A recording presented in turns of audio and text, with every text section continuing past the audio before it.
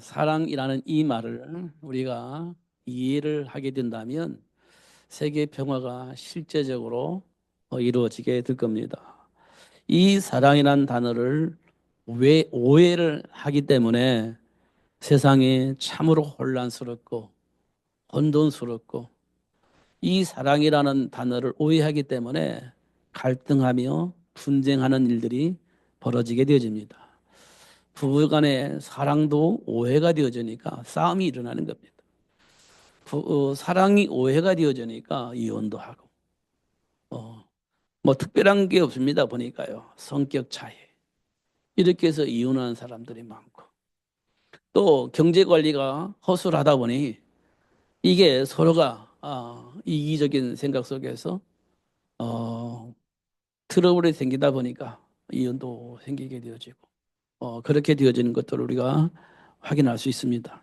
진짜 사랑을 알게 되어지면 뭐 허다한 허물을 덮는다고 말씀을 하셨는데 진짜 그렇게 될 것 같습니다. 그래서 우리가 하나씩 하나씩 영적 배경들, 우리 삶의 배경들 확인하는 것이 굉장히 중요하다. 그래서 11절을 지난주에도 제가 봤는데 또 말씀을 보게 되어집니다.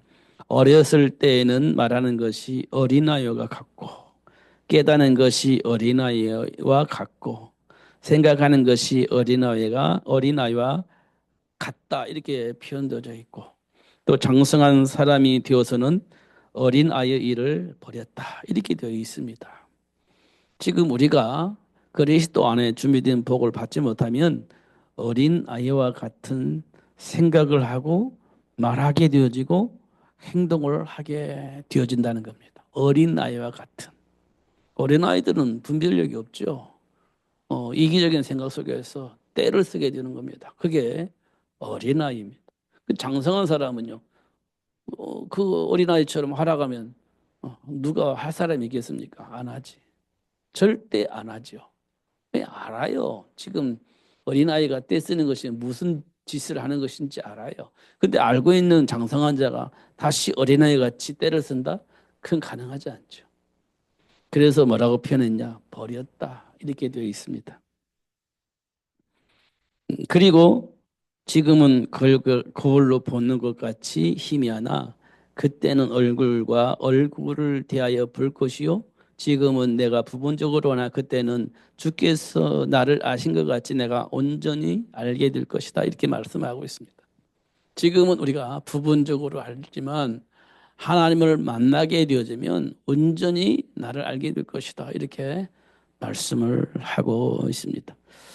하나님께서 만나 주신 사람들이 있습니다. 하나님이 만나 주신 사람들.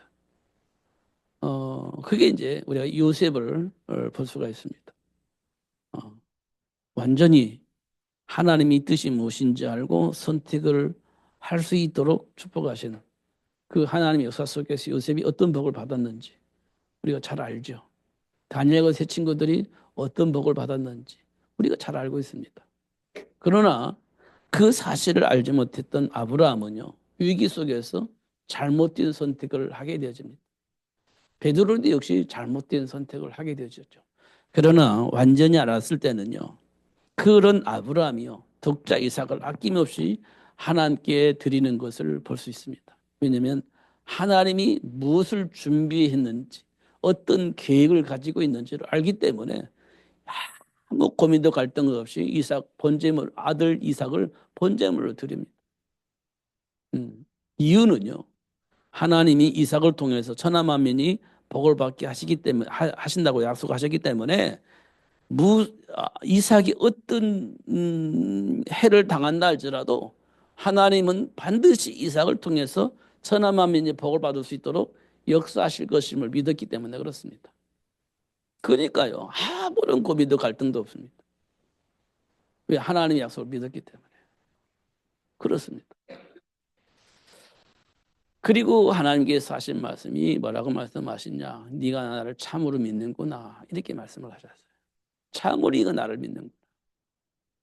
하나님이 주신 말씀 속에서 세상 보는 눈을 가지고 있는 것이 굉장히 중요합니다. 그러기 전에 먼저 알아야 할 것은 하나님 주신 말씀 속에서 나를 볼 수 있어야 돼요.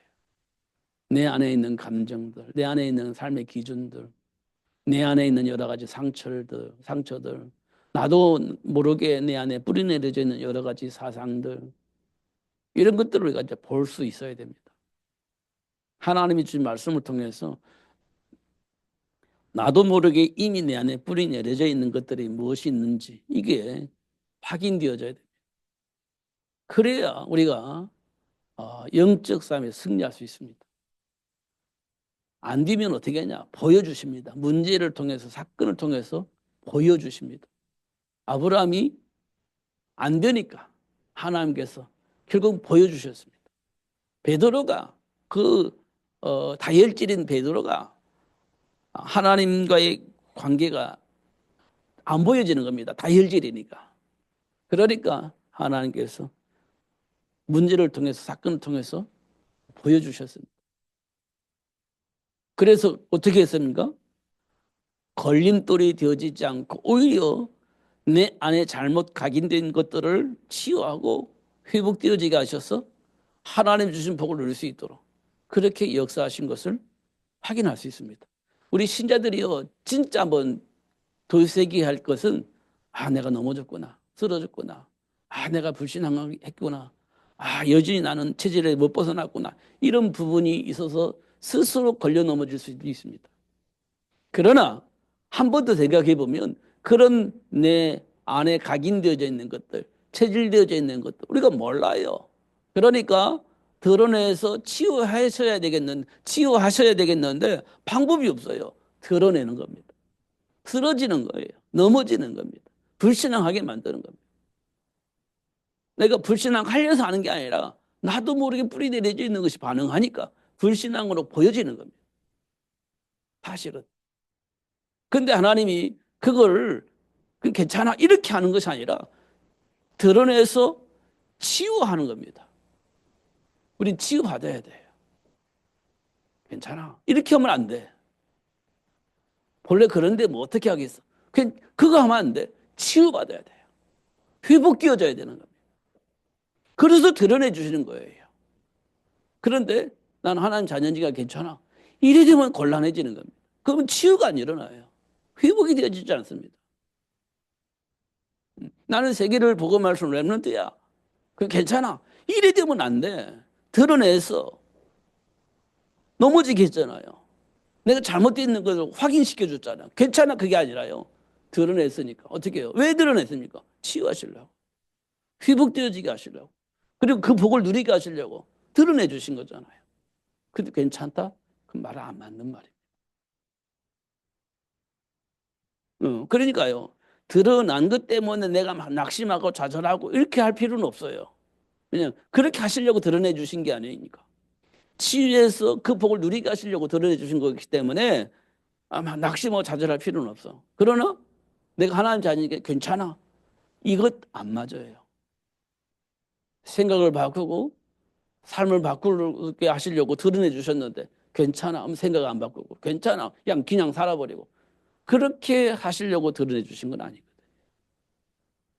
이런 부분들을 우리가 좀 깊이 생각을 해야 됩니다. 이건 바리새인들의 말은 율법주의와는 전혀 다른 겁니다. 율법주의는 그러니까 안 되지, 그러니까 벌 받아야지 이런 게 아닙니다. 내가 몰랐던 것, 드러내 깨닫게 하시는 거예요. 그러면 생각을 바꿔야지, 돌이켜야지. 그래야 복을 받는 거지. 그잖아요.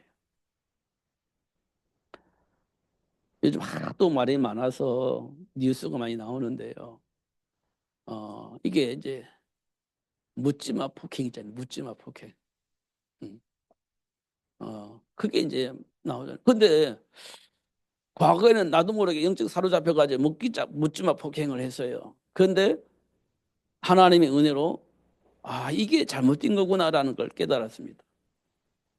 잘못된 걸 깨달았어요. 그러면 생각을 바꾸고 삶을 바꿔야 되잖아요. 근데 쉽지는 않을 겁니다. 그게 체질되어져 있기 때문에 영적 문제이기 때문에. 그러나 자꾸 드러내서 깨닫게 하시잖아요. 그럼 뭐 합니까? 그 길을 안 가야 되는 거잖아요. 영적 문제이기 때문에 또 걸려 넘을 수 있을지 몰라도 자기 자신은 알잖아요. 하나의 성령의 간섭함 속에서. 그러면 스스로 영적 싸움을 해야 되잖아요. 그거 안 하려고. 그게 생각이 변하잖아요. 그게 율법주의인가요? 그렇지 않습니다. 나를 저주 가운데 빠뜨리려고 하는 그 세력이 나를 이끌고 있어요. 그런 발악을 해야지. 그게 율법주의 아니거든요. 내가 망하는 길을 가면 안 가야 되는 것이 맞잖아요. 그 발악이잖아요. 그래서 벗어나려고 하는 거잖아요. 근데 우리가 해보니까 안 돼. 그러니까 뭐가 필요해요? 예수님이 필요하지. 마귀의 일을 멸하신 예수 이름이 필요하지. 예수님 도와주세요. 성령으로 역사해 주세요. 그감 결박해 주세요. 힘 주세요. 기도하는 거지. 내가 걸려 넘어지면 이게 안 되니까 기도하는 거지. 그잖아요. 그게 나를 사랑하는 모습입니다. 나는 누가 제일로 사랑해야 돼요? 내가 나를 제일로 사랑을 해야지. 근데 내가 지금 망하는 길로 가고 있어. 그럼 내가 사랑한다면 그 망하는 삶 속에서 내가 벗어나려고 내가 발악을 해야 되지 않습니까? 그게 내가 나를 사랑하는 거예요. 그런데 나를 방치해도 그럼 나를 사랑하는 게 아니죠. 내가 망하도 아니 괜찮아. 그럼 방치하는 거지. 나를 그냥 내버려 두는 거지. 아무 데나 뭐 그건 안 맞습니다. 그 진짜 나를 사랑한다면 내 생각도 점검하고 내 삶도 점검하고 지금 내가 무슨 생각 속에서 뭐 어떤 말을 하고 있는지 점검하고 그래서 진짜 나를 통해서 많은 사람들이 살고 또 도움을 받고 힘을 얻고 그렇게 되어지도록 만들어야지 나를. 그게 진짜 나를 사랑하는 거죠.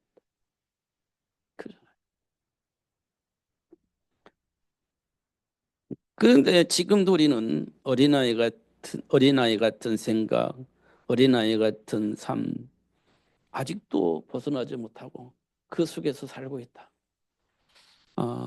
그런데 하나님이 불러서 그런 사실을 자꾸 드러내서 이렇게 알게 하시고 돌아설 수 있도록 그렇게 역사를 하고 계신다는 것이 너무 감사하다 이런 생각이 되어집니다. 그 지금은 뭐 되어졌다 안 되어졌다 막 부분적으로 알지만 어느 날 전체를 보게 되어지는 알게 되어지는 그런 축복의 시간을 우리에게 주신다 이렇게 말씀을 하고 있습니다. 그러면서 믿음, 소망, 사랑 다 중요하잖아요. 믿음 없으면 아무것도 안 되니까 중요하잖아요. 소망 우리가 미래에 소망이 없으면 뭘 가지고 살겠습니까? 어떤 걸 목적으로 두고 살겠습니까? 없죠. 소망이 없으면 우리는 아무것도 아니죠. 믿음이 없으면 아무것도 아니에요. 소망이 없으면 아무것도 아니에요. 다 중요하죠. 사랑 더더욱 중요하죠. 다 중요하다는 겁니다. 그런데 그 중에서 제일 가는 것이 뭐냐? 사랑이다. 이렇게 얘기를 하고 있는 겁니다. 사랑.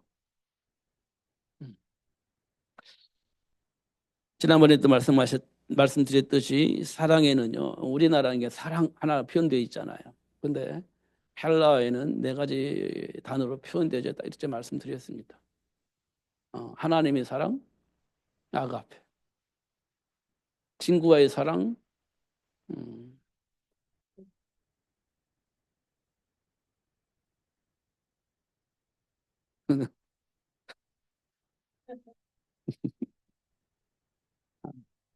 필레오. 남녀 간의 사랑, 에로스. 동물적인 사랑, 스톨게. 이렇게 제가 말씀을 드렸습니다. 음.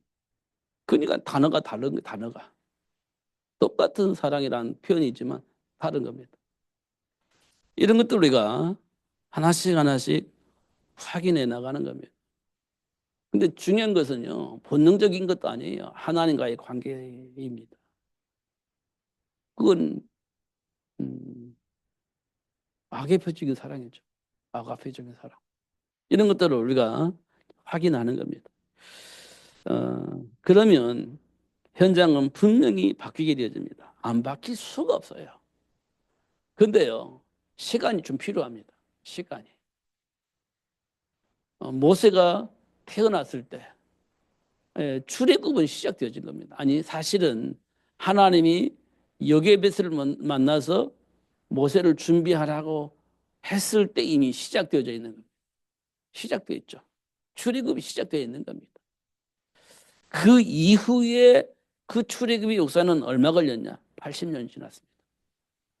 아니, 언제는 출애굽을 하게 하려고 모세를 태어나게 하신다고 하더니 태어났는데 언제쯤일까 기다렸는데 80년 걸렸습니다. 80년. 중요한 것은 요게벳을 하나님이 찾아오셔서 모세를 준비하라고 그 말씀하실 때 출애굽은 시작되어진 겁니다. 가나안 정복도 시작되어진 겁니다. 사실은. 근데 세월이 걸렸어요. 출애굽을 하는데 80년. 가나안 정복하는데 플러스 40년. 그럼 몇 년? 120년. 가나안 정복을 위한 120년이 걸린 겁니다. 그게 이제 하나님 시간표 속에 되어지는 거예요.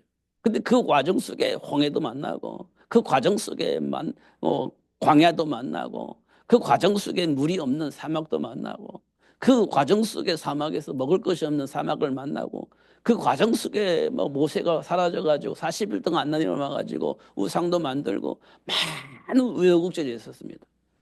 그런데요, 끊임없이 변하지 않는 것은 출애굽을 해서 가나안 정복을 하기 위해서 역사하시는 하나님의 역사는 변하지 않았다는 겁니다. 출애굽을 통해서 가나안 정복하는 하나님의 시간표는 변하지 않았어요. 과정 속에서 막 이스라엘 백성 아우성치는 여러 가지 과정이 있었지만 그거 상관없이 가나안 정복을 위한 하나님의 계획은 바뀌지 않았다는 거예요. 그렇잖아요. 근데 그게 40년 걸린 거예요. 근데 이게 될까? 안 될까? 우리끼리는 막 고민하고 갈등할 수밖에 없다. 이런 나를 통해서 어떻게 하나님이 역사하실까? 이런 여러 가지 생각을 할 수 있겠지만 하나님의 계획은 바뀌지 않았다는 거예요. 그냥 거했다는 거예요. 가나안 정복을 할 수 있도록. 그 하나님이 하시는 일이지. 그런데 그 속에 이끌림 받는 이스라엘 백성들은 막 뒤죽박죽이었다는 거예요. 근데 그런 이스라엘 백성들 딱 정리해가지고 하나님의 말씀을 딱 정리해가지고 결국 가나안 정복할 수 있는 그런 제자로 만들었다는 거예요. 그게 하나님 하시는 일이에요. 저와 여러분이 그렇습니다. 뒤죽박죽이잖아요. 그런데 하나님의 계획은 바뀌지 않습니다. 여전히 하나님이 원하시는 그 일을 위해서 우리를 이끌어 가십니다. 어느 날 보인다는 거예요. 정리가 된다는 거예요. 그러면서 어떻게 되겠다고요? 그렇죠. 세계를 복음화할 수 있는 안디옥 같은 그런 축복의 삶을 누릴 수 있도록 하나님이 하시겠다는 거죠. 이게 하나님의 계획입니다. 그러니까 우리가요, 현실 속에서는 흔들리고 방황하고, 막 뒤죽박죽처럼 판단도 하고, 막 이렇게 하겠지만, 하나님은 우리 수준과 상관없습니다. 우리에게 나타나는 그것과 상관없어요. 하나님은 당신이 원하는 그 일을 여전히 하고 계시는 거예요. 그리고 우리가 확인할 수 있죠. 그러니까, 여러분, 하나님 주는 언약 붙잡고 기도하시면 됩니다. 그러면 시간표에 따라서 깨닫게도 하시고, 시간표에 따라서 가르쳐 주기도 하고요. 또 시간표에 따라 생각나서 그 복을 누릴 수 있도록 하시기도 하시고 그렇게 하는 겁니다. 그러니까 언약 붙잡고 기도하시기 바랍니다. 이 말 저 말 할 필요 없어요. 하나님 약속하신 그 말씀 붙잡고 기도하는 거예요. 그래야 정리가 되는 겁니다. 이 말 저 말 하면 더 혼란스럽습니다. 이 말이 맞는 거고 저 말이 맞는 거고 언약 붙잡고 기도하시기 바랍니다. 그러면 정리가 돼요. 하나님 간섭하실 것이니까. 하나님 답을 주실 것이니까. 하나님 힘을 주실 것이니까. 분별할 수 있는 지혜를 주실 것이니까. 뒤어진단 말이에요. 이게 언약 붙잡고 기도하시기 바랍니다. 이 말 정말 듣지 마시고 정말 언약 붙잡고 기도하시기 바랍니다. 그러면 어느 날 내가 지금 이상한 말을 하고 있네. 지금 엉뚱한 말을 하고 있네. 맞는 것 같은데 틀린 말을 하고 있네. 이런 것들을 알게 될 겁니다. 그러면 하나님이 주신 배경을 통해서 내게 주어진 복을 누릴 수 있는 그런 응답의 시간이 오게 되어 질 것을 확인할 겁니다. 그게 될 거예요. 그렇게. 그러니까요. 고민하고 갈등하는 것도 정상이지만 언약 붙잡으시기 바랍니다. 그게 하나님이 우리에게 주신 사랑입니다. 축복입니다. 속지 마시기 바랍니다. 기도하겠습니다. 하나님 감사합니다. 오늘도 최고의 복을 주셔서 감사합니다. 어릴 때에 우리가 가지고 있었던 생각들, 그 속에서 말하고 있는 말들, 행동들, 그것이 어찌 보면 이념이고 모든 사람들에게 영향을 주고 세상을 이끌어갈 수 있는 배경인 것처럼 보이지만 결국은 어린아이 같은 생각들임을 우리에게 확인시켜 주시고 그리스도 안에 준비된 복을 보게 하사 바울처럼 흔들림이 없이 예수가 그리스도를 말할 수 있는 삶을 살게 하실 뿐만 아니라 과거의 모든 것을 배설물로 여기고 하나님이 주신 복음을 붙잡고 기도하며 준비하며 도전했던 것처럼 하나님 우리에게도 동일하게 역사하실 줄 믿습니다.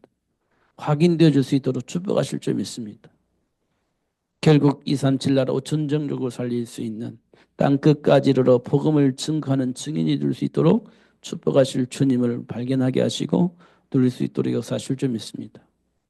확인할 수 있도록 축복하여 주셔서 자부심을 가지고 하나님의 자녀로서의 배경을 누리며 사는 삶이 되어지게 하여 주옵소서. 예수님 이름으로 기도하옵나이다. 아멘.